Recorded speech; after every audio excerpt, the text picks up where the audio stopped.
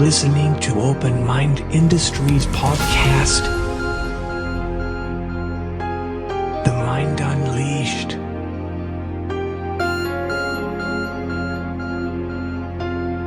Sit back, listen, and open your mind.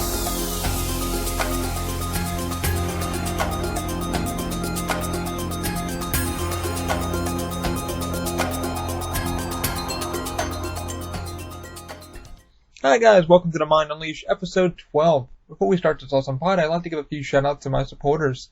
First one is going to be Lyft, the ride sharing app. Use our code TMUP for $5 off your first ride. Also, check out Dine Art Studios if you're trying to get a home sold or do a professional drone shoot for your wedding, any special occasion. Use our code OMI and Dine Art Studios will give you 5% off when you book with them. Also, Weiss Productions is doing the same. Use our code OMI for 5% off when you book with them. Alrighty guys, let's start this pod. We'll be sitting down with Moby Ley. Enjoy, sit back, relax, and open your mind. Moby Ley. I am vengeance. I am the night.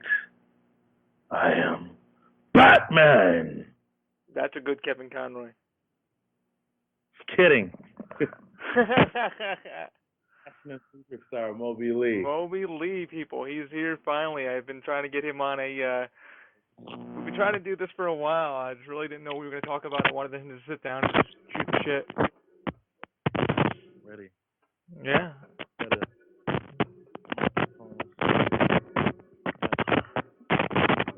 Not sure if that's you or me with the audio.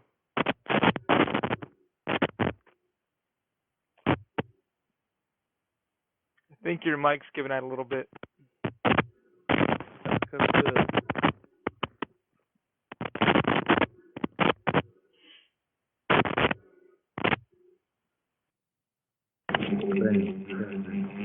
Nice echo.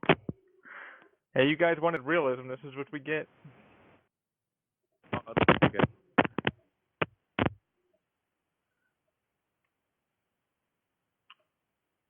Yeah, I can't hear anything you're saying.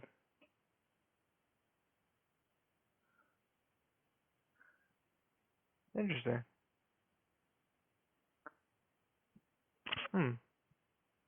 See if... Well, at least on my end. No, not on my end. Can you hear me?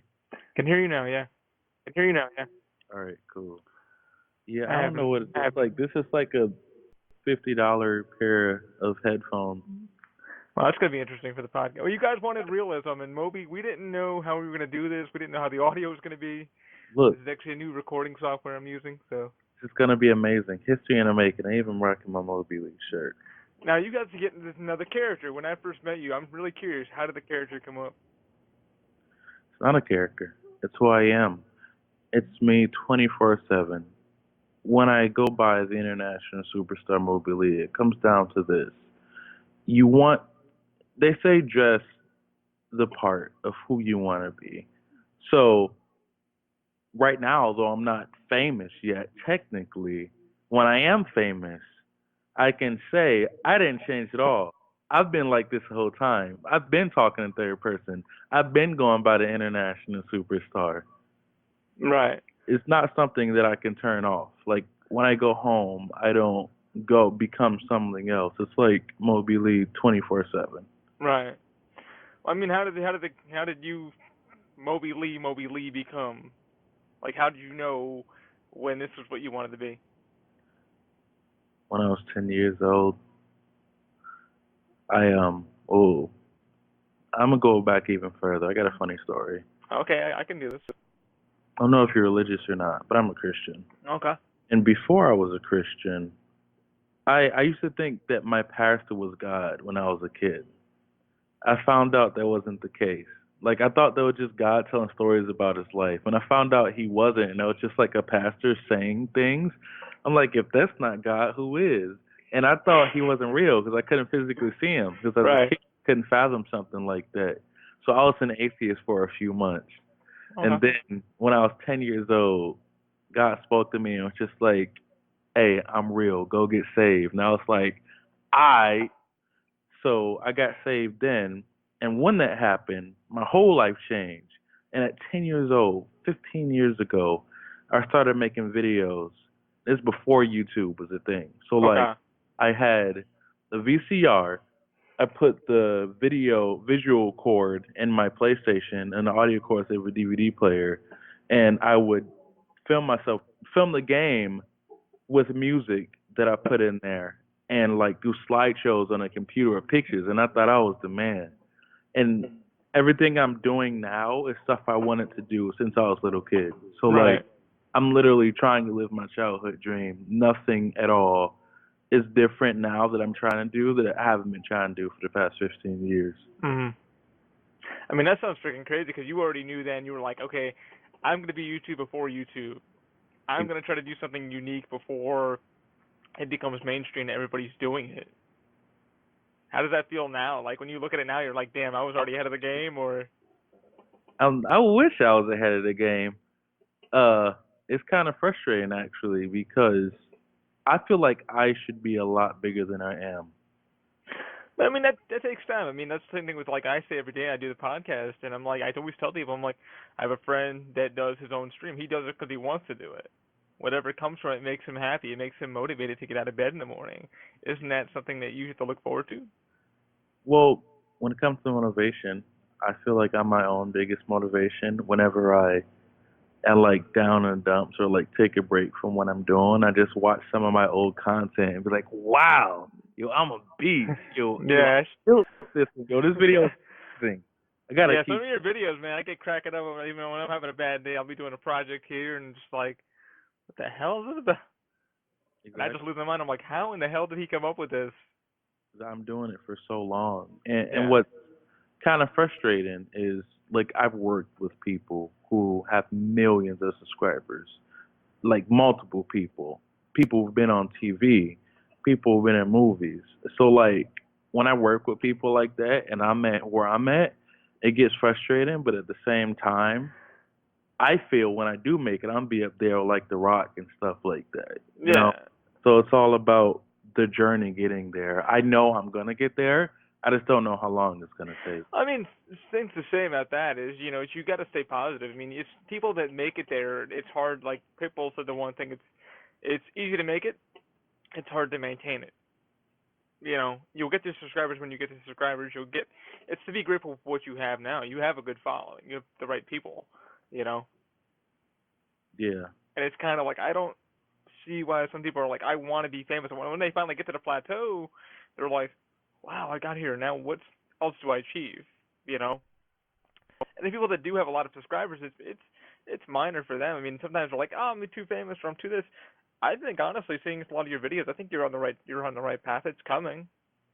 Well, the thing about success is it's relative. You don't really measuring success can be amazing to one person, but not Yeah. to someone else. When I first started, my goal was to get 1,000 subscribers because as a teenager, that seemed like so much to me.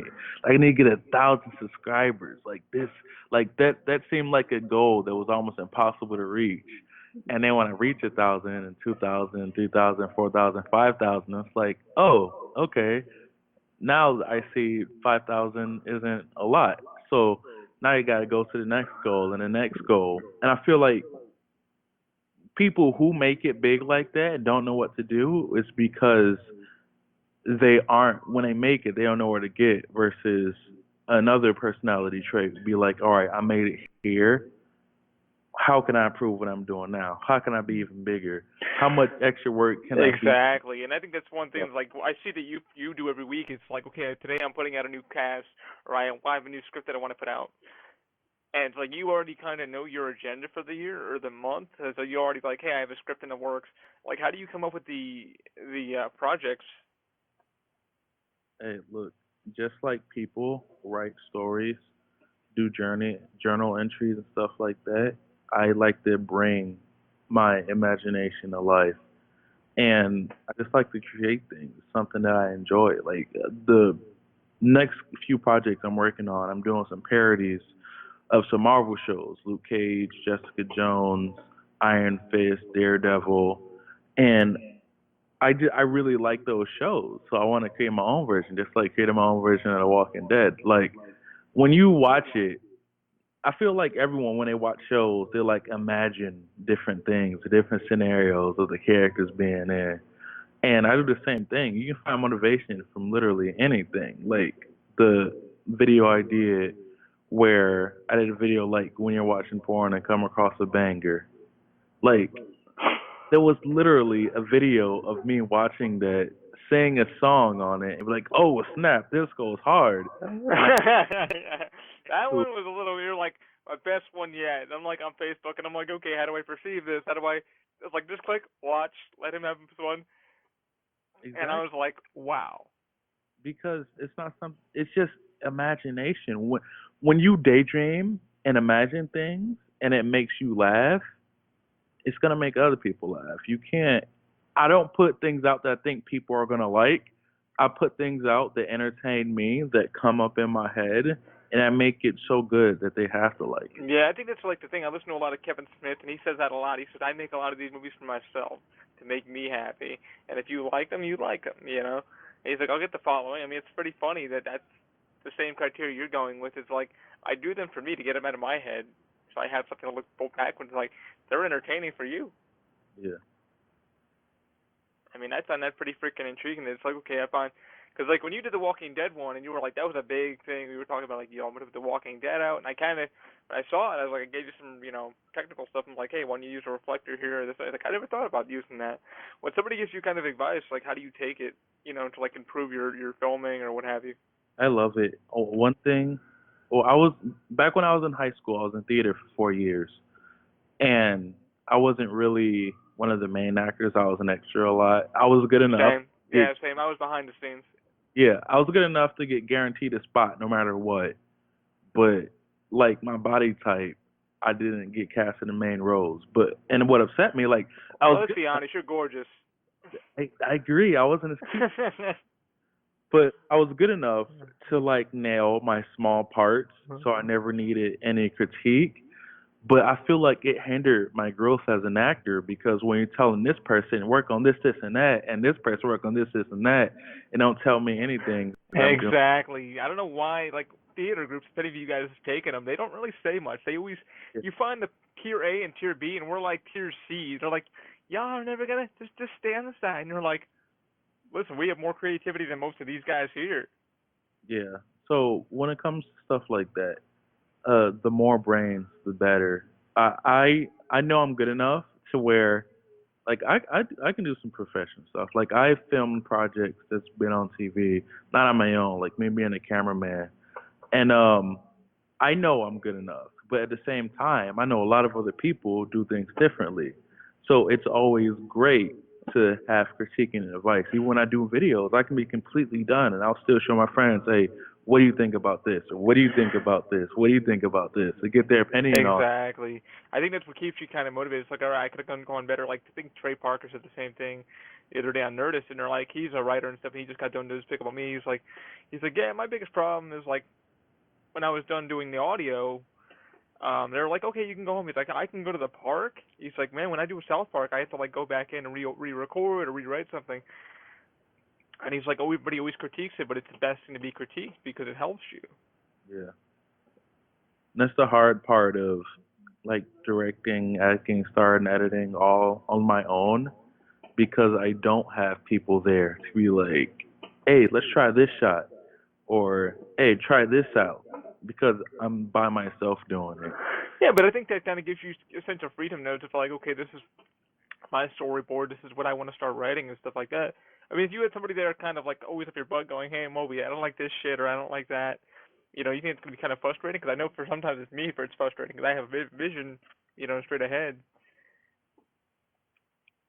Well, with me, I have freedom regardless because it's my content. Right. Having people there, it's less of I don't like this and more of giving their spin on it because I can have a vision and someone else can have a different vision that can add to it. Like One of my friends, Jose, who's just an actor, who doesn't record or film or edit, like I'll record and edit his videos, and he'll come at me with an idea. And whenever he does it, like he'll have his idea, and I look at it and I visualize. I'm like, that's funny. What if we did it like this, and that? And I don't change it, just add to it or tweak something else. And he's like, oh, you're right. Oh, that's I come to you. Yeah. You can have something, and in your mind, it's like perfect or near perfect.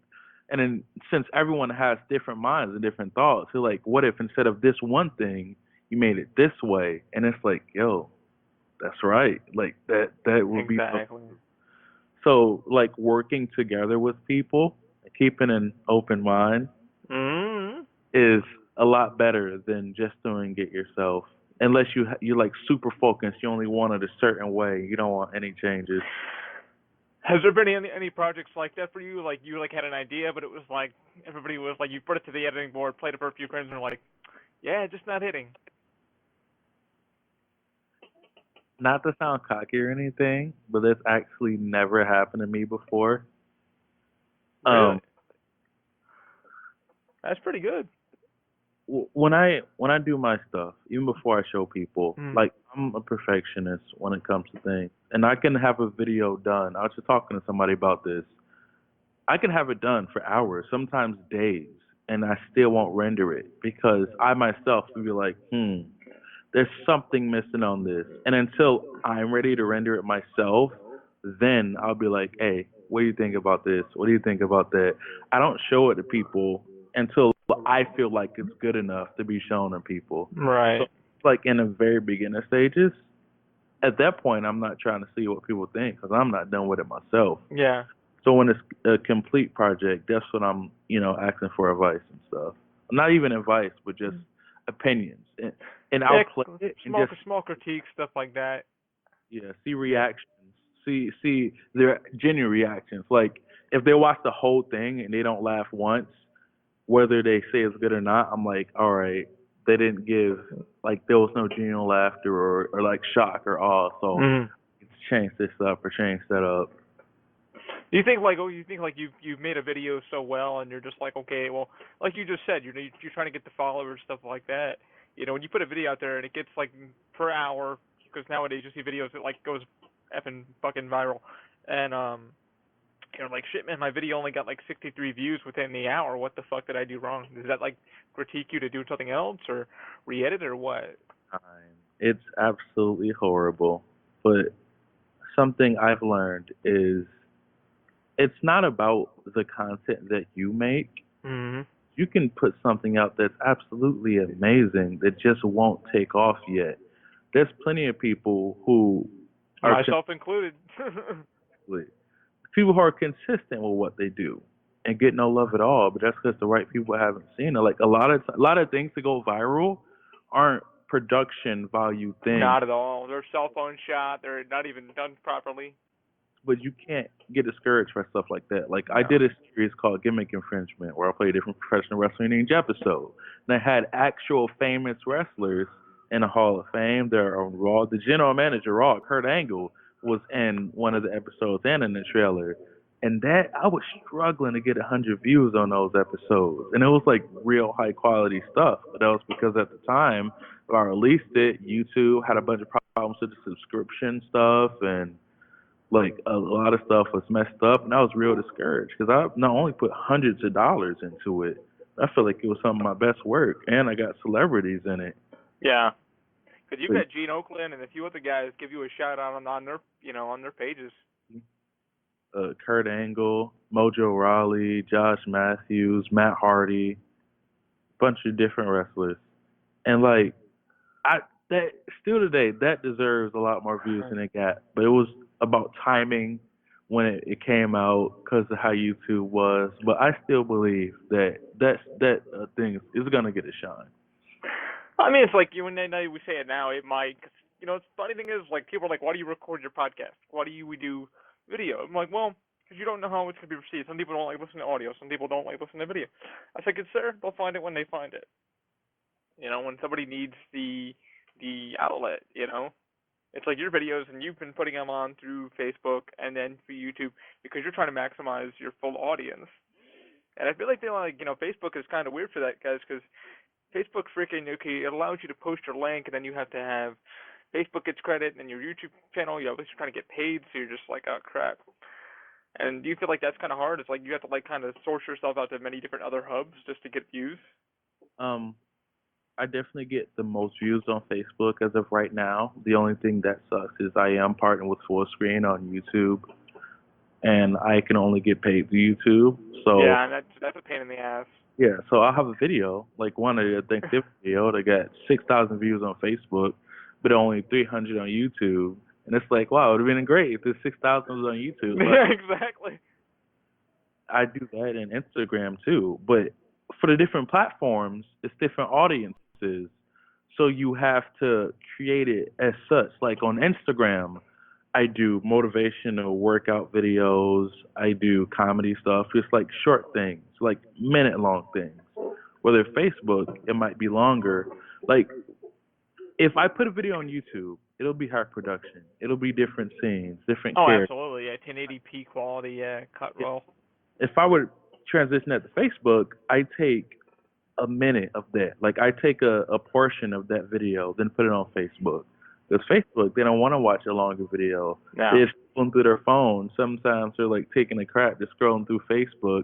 Oh, cool, a funny video. So it's not about getting my face out there as much as I can, but more of a knowing which type of videos go with which platform and knowing the audience I have on each. Because the people who follow me on Instagram are different than YouTube and different than Facebook. Like posting videos on Facebook, I got a lot of people from work be like, oh, I love that video. That's awesome. And if I put that on YouTube, they wouldn't have seen that. They see it because they're my friends on Facebook. Instagram. Exactly. It's like we've talked about it too, guys. Like Moby was like, hey, have you seen my video? And then he started putting these small little snippets out like every few weeks. Trailer coming in 2 days. Trailer coming in 3 days. And you're like, oh shit, wonder what he's coming up with. And Moby was like, damn, bro, I spent like 3 weeks editing this video and fucking only got like 100 views. And I'm like, on YouTube? He's like, yeah. He's like, I don't know if I should just do like a little snippet like you just said on Facebook just so I can get the link there so it shoots him over to the YouTube page so I get paid. Because that was a good, 2 months shooting right there that you were editing? Yeah, the Walking Dead one. Like I was trying to rent out a baseball field and everything. They're not doing it. They want to charge me like $200 just to film for half an hour. And Oh yeah, like, they're not cheap. Yeah, they're definitely. I could have definitely helped you. Because I mean, you did. If you guys haven't seen it, it's definitely on YouTube, and he's really done a good job with it. It was an amazing skit, and he was like, "Have you seen The Walking Dead?" And I've watched Walking Dead, but I haven't seen that Keegan episode. And he's like, "Well, I matched it scene for scene." I was like, "Did you?" He's like, "Yeah." And then I kind of gave him some advice, like I said, guys. I gave him some critique about the there was some lens flaring. I said, "Oh, have you like used a reflector or something so the lens it was kind of the viewer's eyes was kind of at the sunlight?" He was like, "No, I didn't think about that, but thanks for the advice. Like, how would I get rid of it?" I'm like, "Well, maybe you want to wipe the lens before you do." He's like, "I actually had a friend. It was his first time using the camera." So, yeah. I mean, but it sucks when you got to like go through it. But it came out really well. I mean, you had cars beeping in the background, but it still sounded amazing. That's the tough part about being independent with things like this, because I know how to work a camera great and direct and all that, but when I'm in front of the camera, I can't be behind in front of the camera at the same time. Right, like my If friend. we could, man, we would. Yeah, my friend Rennie, I use as a cameraman. He obviously doesn't have the eye I do or the skills I do, but he helps me out and he records with me. So he's not gonna see all this or these programs, like problems that I would see if I was behind the camera. So when it comes to things like that, it's about, making do with what you have. Like there's sometimes where I like being behind the camera better because like I'm in full control and I know exactly how everything's looking as it's being recorded. And when you're in front of the camera, you don't know it all until after you see it play back. But yeah, I mean that's the fun part of it because it's like okay, it's like everybody you put in there seems like they're having a lot of fun, and like even if they don't know what they're doing, they're like, yo, this could be a fun shoot. exactly. Like how do you How do you find like your cast? It's tough. It's real tough. It depends on timing. If it depends on if I got a buzz or not. Because at one point, everybody's begging to be in my videos, and if it's like a downtime, then no one cares to do it.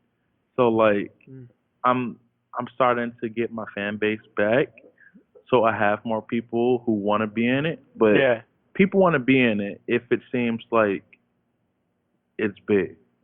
So if I'm in a downtime where I haven't made videos in a while, I'm trying to get people in it, it'd be a lot harder. But if I'm posting these videos like this get 1,000, this get a few thousand, and everyone's talking about me, then people want to try to come and be a part of it. I mean, why not? Do you find it funny though? Like when you did the mannequin challenge, like best mannequin challenge out there yet, and it was that thing where you were in the kitchen, you were singing, and I was like, bro, that got some crazy views. So I was like, you wrote mannequin challenge, so it confused everybody. They're like, oh, this isn't the mannequin challenge.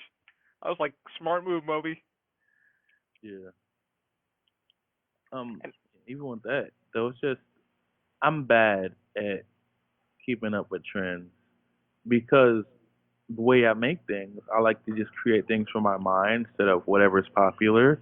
But that right there was something that wasn't big yet. So I'm like, I need to do this right now. I can't slack. And it was legit like I use my mom's clothes and my mom's wig, but she doesn't care. She doesn't question it at all. She understands. And I just did it. And all of that was like spur of the moment. Like, what can I do to make this as epic as possible? Just set up my tripod and did these different shots. And my friend came over and I did more shots. And people's attention spans, if it's not something that's happening constantly, mhm. sidetracked. I want to look at something else. So that's taking advantage of a trend, but at the same time making sure I have the quality to back it up, have it be amazing. Because if I do have something viral, I'm not going to be a one-hit wonder because I have this full catalog of content. Exactly. And people they always ask us, so like, why do you guys even record your stuff? And like, it's like, because when you do have a fan base, somebody thinks it and they click on it, they're like, oh shit, this guy's been around for quite a bit. He's got quite a catalog. And what I like about your podcast and the fact that it's audio is it's a different experience being able to watch it versus just listen to it. Like if I have a podcast I'm listening to, I usually put it on before I go to bed. I'll put it I'm on. that way, yeah. I do it like before I go to bed. I listen to Bizarre States or something, yeah. Exactly, and fall asleep to it. But Exactly. if Or it's Netflix. I'm not gonna do that. I'm gonna actually sit down and watch it because when you listen to it, you can hear them like get excited or laugh or like, oh, I wonder what they're doing, but you don't see it. Here, you actually see everything that's happening. You can sit down and watch it all. So I feel like it's a completely different experience, and the fact that you actually have it on your channel, you don't have to pay for it, makes it that much easier. That's the thing. It's like I was telling somebody the other day. I was like, yeah, I'm trying to find sponsors. And I've only got like 3 supporters that are like, if I use my code, they'll like they'll send me some money, pay me for their businesses. And like bigger companies like Loot Crate are like, nah, forget you. We ain't even got enough subscribers. I'm like, that's free advertisement, guys. Like, how are you wasting any money? Exactly.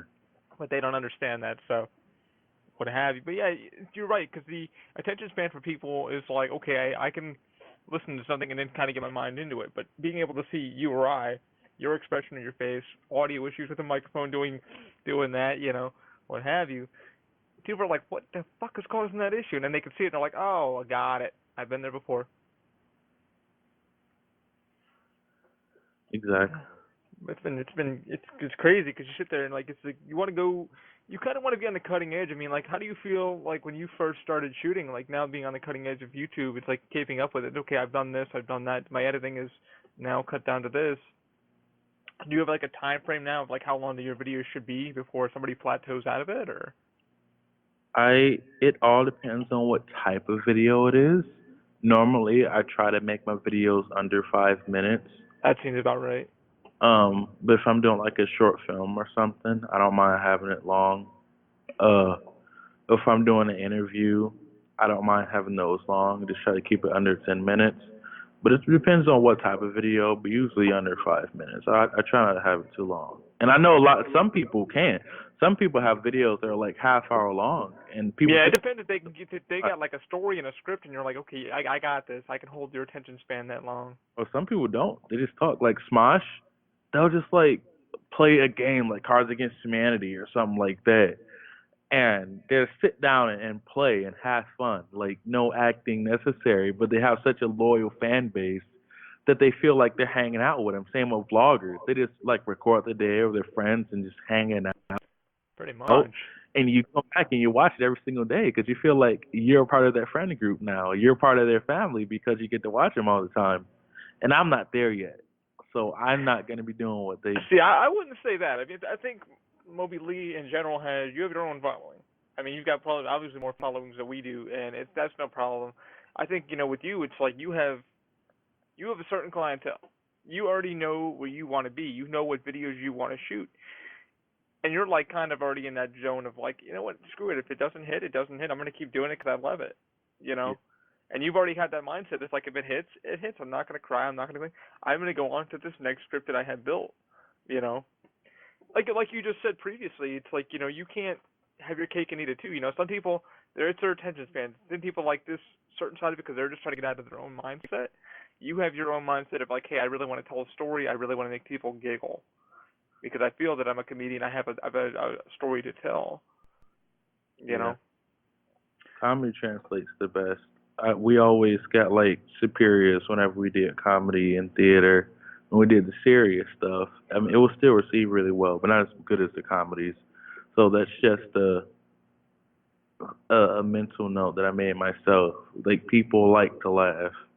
I mean, that's one thing people help on YouTube for is if it's not like a helpful guide on how to fix this or fix that, it's, hey, did Moby fall down the stairs today? Did Ollie trip? Or, it's kind of like one of those quick completion videos of like, I'm having a bad day. I'm going to get home and watch a video to make me laugh because my boss just got done yelling at me kind of thing.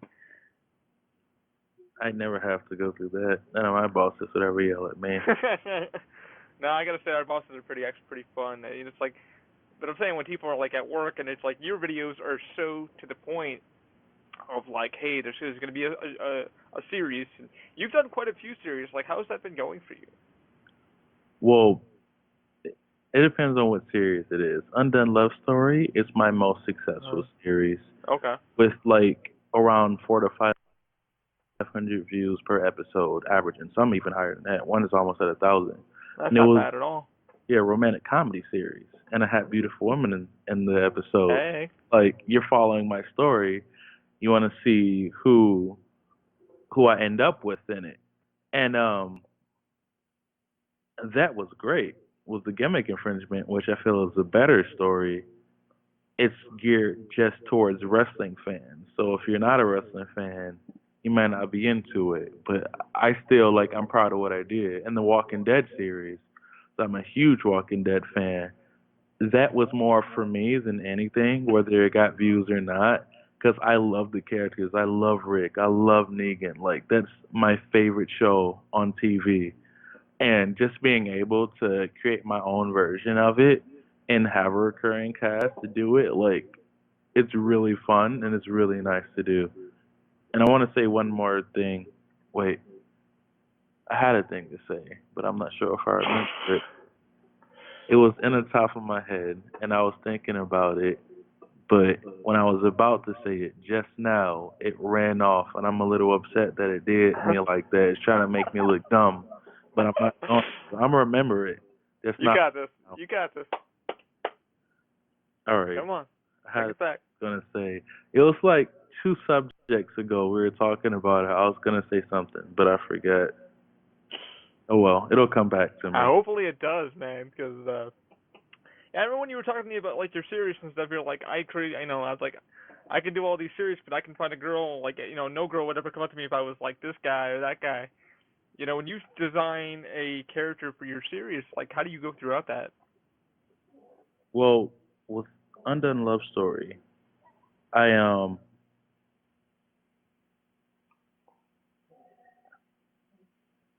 it's all about imagination. It's all about daydreaming and watching it in your head. So with that and the characters, I put like I was basically playing myself, just without the international superstar part.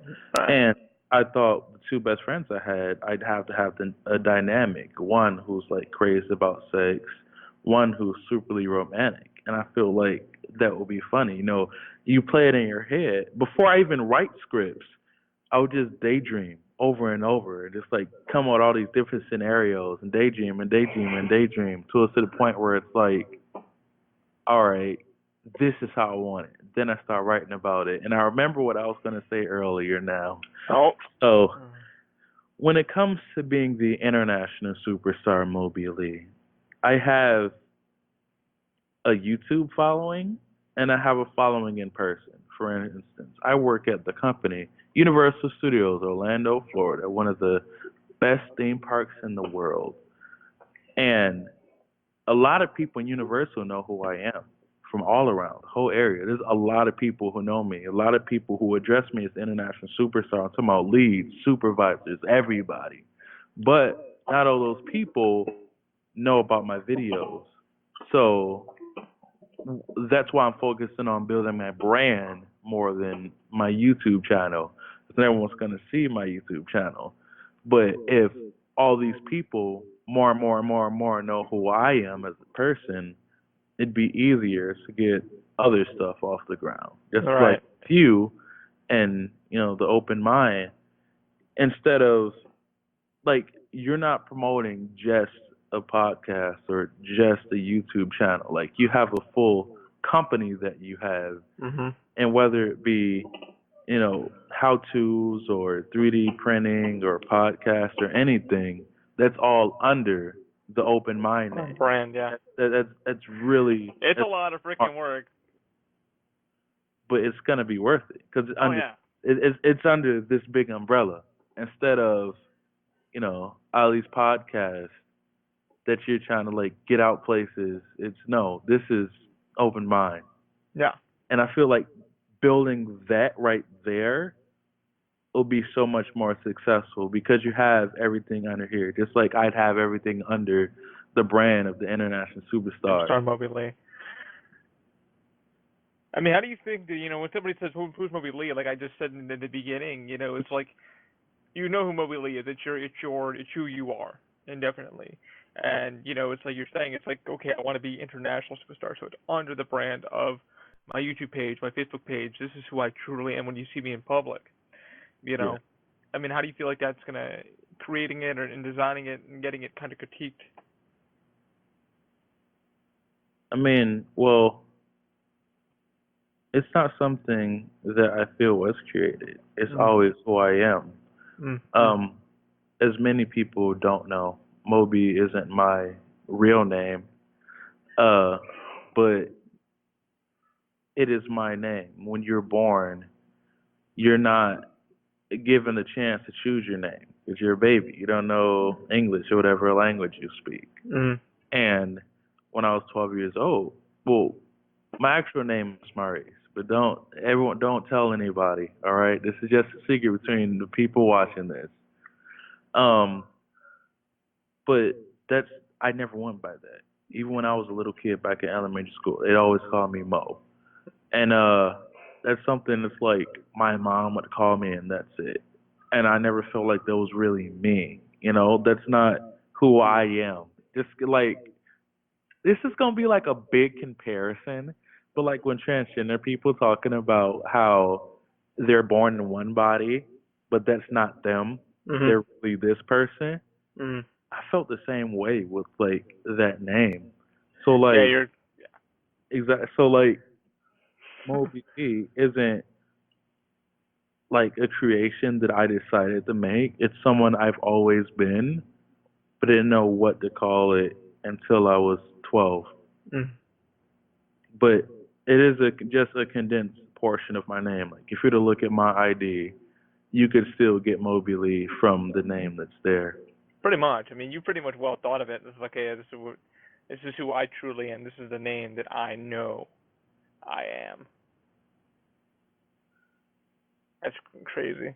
It's like hard. It's like people come up with like, how do you come up with your name? How did you come up with the Open Mind brand? And I'm like, hours of thinking about it. I mean, I had a first criteria. People who listen to the podcast and know the Open Mind, how it started.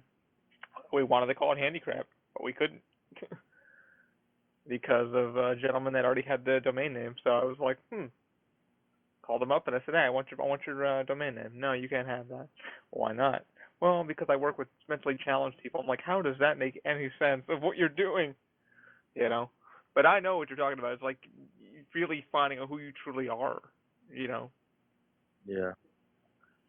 And I feel like, not to take the subject off me, but I feel like people who don't know who they are don't really live fulfilling lives. Like everyone focuses on being different, but no one focuses on actually being themselves. They try. Exactly. I think that's the thing the one thing that you really push on in your things is like, dude, you got to be yourself. You have to be, no matter how hard the world is, or the person's treating you, it's like you can be who you are without any repercussion.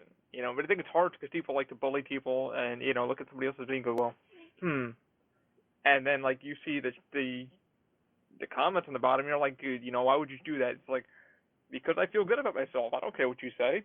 You're welcome to leave your opinion on the bottom, but it's not gonna stress me out. Yeah. Like, It's like you know who you are. like I say some of the stuff that I've been called, but I don't know if I'm allowed to say it on the podcast. This is an open-minded, explicit podcast, so say what you So like. explicit. I've been called a fat nigger cunt before. Well, I mean, that's Fat ugly nigger cunt. And you knew that was gonna come. That's the easiest thing to call somebody to get under their skin. what really upset me about that, and I replied to him, and I said, look, You went down the rabbit hole. Why? I had to. I said, I may be fat, I may be a nigger, I might even be a cunt, but I'm not ugly. I had to set that straight. I'm cute. All those other things, whatever. But Whatever. Just like. But when it comes down to it, and maybe it's different because I'm 6'4" and huge, but those are just names on a screen. They're not people in person. I know that they wouldn't have the balls to step to me in person, so I'm not gonna. That's the one thing I keep telling everybody. I'm like, they can hide behind their Twitter handle, or they like saying it to your face is like, say it. Come on, say it now. No, because you're actually a big person. Well, Exactly. maybe you got some issues that you need to work on. And something else that people don't realize, I'm a really, really, really nice person. Like I'm generally. You're generally a nice guy. Yeah. When I first met you, you were amazing. We spoke for a bit, and you were just really genuine. So what people don't realize is that when you talk bad about someone who's genuinely nice to everyone, you look bad. Like there's been times where people were, rare times, mind you, but times where people will say something bad about me, and so many people come to my defense. How could you say that? What's your Like this one rapper, I'm not gonna say his name because me and him are cool now. We actually work together afterwards. But he had beef with one of my friends rocking out in the underground rap scene. He wrote a status talking crap about me, and almost all the comments like, that's messed up. How can you say that? He's so nice. I can't support you if you're gonna say that about Moby. You just lost a fan. And I felt good because like just by me being a good person, like all these people, I get offended myself. All two are jumping on my defense, and he generally looked like a bad person for coming at me just because they know I'm a good person. Yeah. And stuff like that can be real rewarding. I think it's like what you said. You got to be genuine. You really, the minute you're genuine, is nobody can fucking really touch you. Exactly. And people, bad things happen to good people all the time. Honestly, it does. But people shouldn't get discouraged and try to be a bad person to get good things to happen, because things like that happen, what I just said. Like, when you're a good person, good things will happen to you. Not all the time, but eventually. If you got to stab someone in the back to get ahead in life, then you're not going to live a life that's as fulfilling, or as, like, the moments you have aren't going to be as good. Like, it's really not going to be worth it. When you go somewhere and you work hard and smart and you're real to everybody, and you're genuine to everybody, it's a lot better the Yeah, road. it's like me. It's like everybody's like, you're a fucking asshole. I'm like, I know what I am. Yeah, I told you I'm an asshole, but I'm not gonna sit there and sugarcoat anything you need me to say to you. Be that person behind your back, you know. Exactly. Like, I'd rather be that asshole that's straight up to you and say, hey Moby, you're fucking fat, lose some weight, you know. Well, thank you. I've been trying to. I don't know how to work out, man. What do you recommend? I mean, that scenario would be different because I do work out. 24-hour fitness is where I go, Yeah, killing it in the gym. he is, man. You should see his rope work. I wouldn't say fat. I'd more say obese. Nah, you're looking pretty good now. You lost some pounds there. Hey, check it. I'm the most athletic fat guy you'll ever know. Like, I got muscles. Like they not. I don't have cuts. Oh boy. I don't have cuts, but it's getting big. I'm not. See, the thing is, you're showing off because we both know you got muscles. I don't know, man. Our boy Nick looks pretty good too. He's going torn edge thing. He's looking pretty good. I mean, he's still smaller than me, but Well, Nick asked me the other day. He goes, "How do I look?" And I'm like, "Tell me the truth." I'm like, "You look good. Did I really lose weight? Did I really?" Do you have that problem when you like hit the gym finally and people are like, "Moby, you looking good"? I have the thing about losing weight is when you see yourself every single day in the mirror, you're not gonna see it. Other people are gonna see it that haven't seen you in a while. So I've been told I'm trying my best. I've like the world and the universe works great. In 1 week, I had a conversation with a professional wrestler, professional boxers, and just like hardcore gym rats, just like asking them advice on where I need to be and how I need to do things. And I'm little by little going bigger and bigger and setting more goals. Like I can squat over 400 pounds now. That's not bad at all. And like all these other things. So like when people come to me, I'm like, yo, you lost some weight. Like although I don't see it, I'm not like, yeah, great. Now I can go eat some fast food. I'm like, yo, thank you. I'm trying my hardest to. Although I don't see it, I know I am because you're telling me. Mm.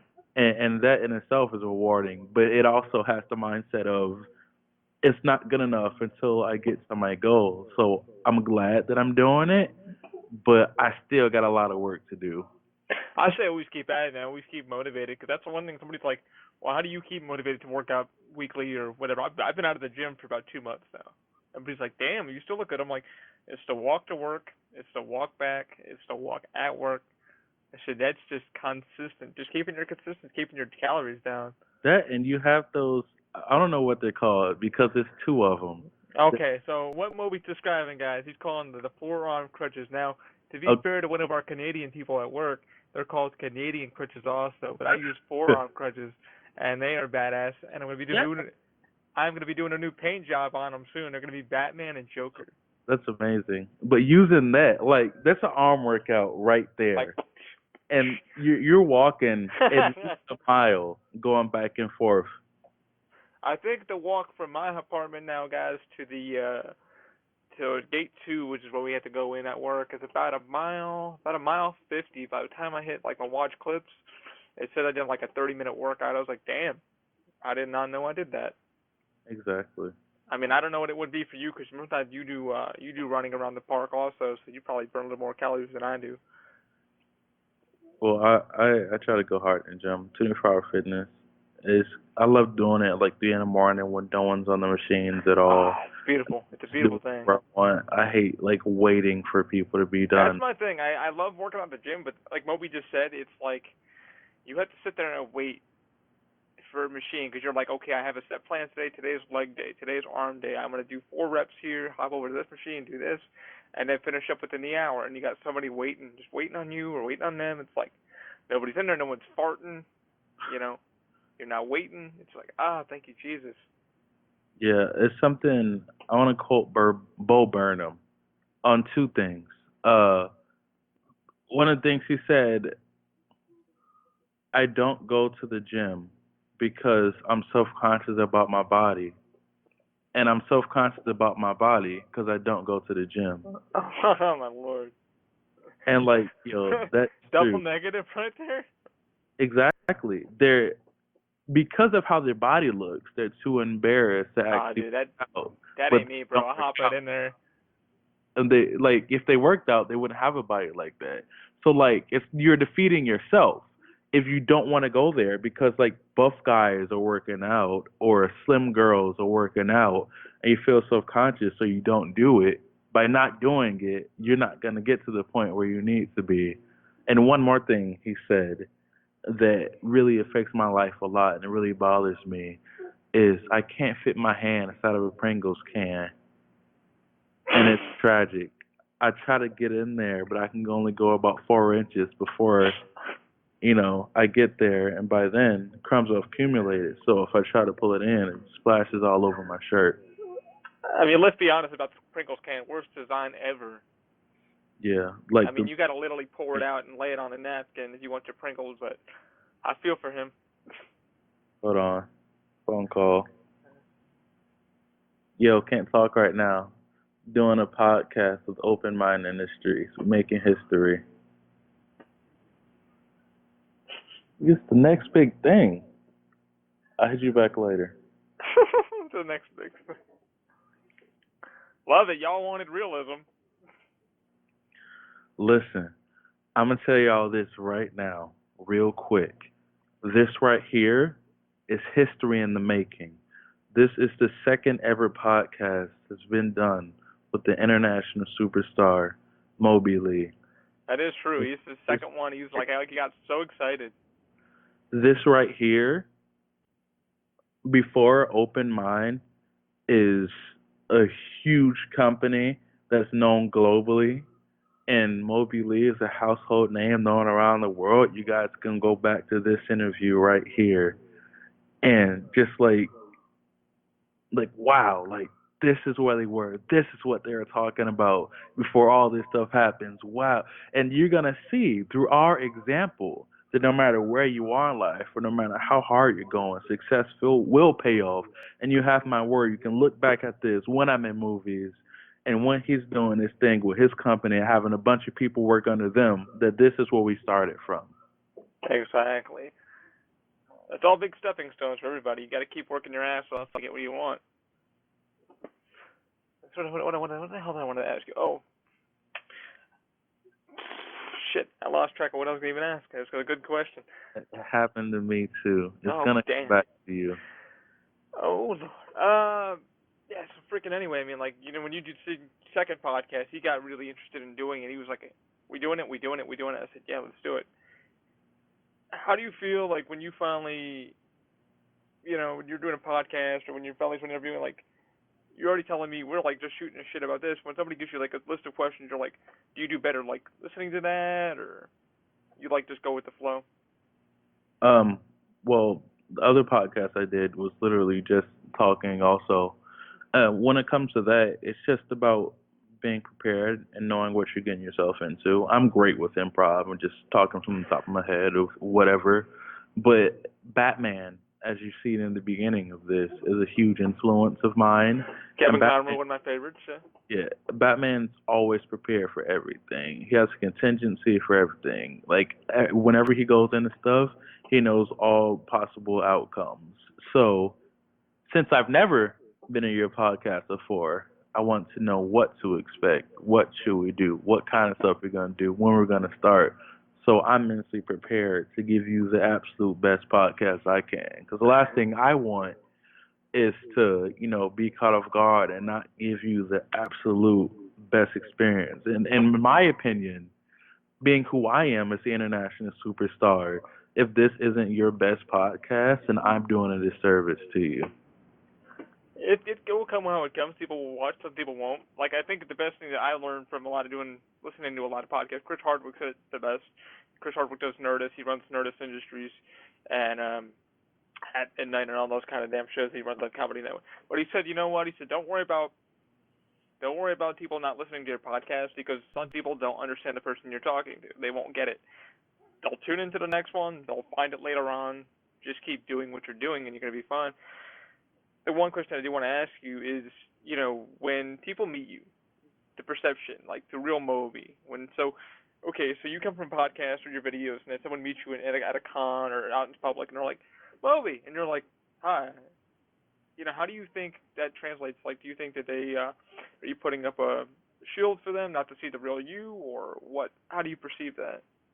How you see me right now is the real me. Mm-hmm. The only time I'm playing a character is if I'm playing a character in a video. If you were to hang out with me, like the only difference in person is when I'm at work, I don't say nigga. That is the With one thing. Yeah, I was kind of. I brought it to somebody. I said, when I get him on, I kind of want Moby to be Moby. I don't want him to be. that's the only difference at Yeah, all. because when you're at work, you don't want to profanity and No, I don't curse at all. yeah, you try to be as clean as possible at work. Because we work around children, families, everything in our job, so it's like we have to be as. But that's the only difference. Like I don't curse at all, but I do say nigga a lot in my real life, and I don't at work. But that's the only difference. Besides that, if you meet me or if you come to me, I'm gonna be the same person I am on a podcast, the same person I am in my videos, because I feel like I shouldn't have to pretend. Like one thing I don't want to do is put on a front of someone who I want people to think I am in like videos. So it'd be like a lot of vloggers are like, "What's up, YouTube? It's me. This. Hey, how y'all doing? Ha!" And they're not like that in No, real. what they're trying to do is get numbers, keep their fan base, and their Yeah, energy is so. When you see them in public, they're like, "Oh, how you doing? How are you? exactly. Thanks for watching." And I'm not like that. Like me, what you see is what you get. And I'm me all the time. That comes to be a genuine person. Like however you see me on anywhere, like that's exactly who I am in person. Like it hasn't happened a lot. People have said they see me in videos, or they're a fan, or they recognize me from the internet, and it always feels great, and it's always amazing. But what they see there is what they get, and I'm always down to kick with people, to take pictures and stuff like that. Like it's amazing and humbling. I mean, so what's? I mean, so you'll do that. So what's next for Moby Lee's agenda? Like, what is Moby doing? And if you're trying to build the brand, obviously, and you're trying to motivate yourself to move forward, what are your next steps? All right, I got you. I'm gonna give you the exclusive scoop right here, right now. An open mind industry Oh straight, boy. so nobody else better Oh boy. same. Check it. There we go. So I got my parodies. I got Jessica Jones, Luke Cage, Iron Fist, Daredevil. Those 4 parodies coming out. I got some other stuff that's on the way that I don't want to say yet because I want it to be a surprise. I'm going to start making music again. I don't know if people know this, but I actually have about 4 mixtapes that I have. Make a lot of music. I got just making more appearances. I'm gonna start making more merchandise on top of the shirts and wristbands I sell. I'm gonna try to do like household stuff like pens, lighters, whatever. Just building the brand of the international superstar, trying to make it as known as possible, and just working with people. I love working with people, no matter how many subscribers I have. Like I don't even ask. Like, if someone, I got over 5,000. If someone has 2 subscribers and they want to work with me, if I see they're passionate about it, like, I'm always down to do it. So, working with people, building my name, trying to be as big as I possibly can so I can, make something of myself. And down the line, if I see Brock Lesnar, I'm hitting him on sight. Like if me and him bump into it in the street, like I'm fighting him right then and there. Like Brock Lesnar, if you watching this, like you going down. I've been telling you for a minute. You had it too easy for too long. I don't care if you're the Universal Champion. I'm knocking you out. I'm taking your stuff. But you ain't got nothing on me, Brock. I'm telling you right now. You're a punk and you keep running. Me and him the same size. He just bigger in mass. I'm an inch taller than him. Brock Lesnar's gonna get knocked out if he see me. I'm just being honest. I'm sorry. I got a little heated, but me and Brock got beef. You know what he did. No, that's pleasure, man. That's pleasure right there. I don't know who would win. I think it'd be a draw. The only way it'd be a draw if we had pencils. If we using fists, I'm knocking him out. First couple seconds. Brock Lesnar got nothing on me. I don't care how big he is. I don't know if I'd say the same thing. It feels like in person right now, because the thing is, I'm not wearing shoes, so I don't know how good my grip would be. You know what I'm saying? And I'm like, it's hot, so I might be a little fatigued. So I'm not trying to fight him right this moment.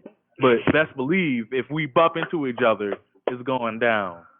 That's a fight. You better wear a GoPro for that one. Yeah. But I want to know what you're gonna be doing in the future. So right now what we're doing in the future is we're making our new hand grips and we're working on some more 3D printing stuff and we are trying to build a 3D crutch. That's awesome. So that's what we're trying to do. That's gonna take a lot. A full crutch. The whole crutch, yeah. So we're really working on it right now. We're studying software or studying new designs, carbon fiber, stuff like that. So it's been kind of crazy. We've had ideas. We're still working on R&Ding. You guys can see this right here, but this is one of the hand grips we came up with. It's got this nice texture to it. So we're actually working on some more stuff. And then right now I'm actually working on a little project for one of our coworkers at the horror makeup show. So I'm trying to get her a little something because her hand's killing her. So this is what this is all about. This is what we pretty much do. Make everybody's life a little bit easier in day-to-day life. That's awesome, man. I'm glad.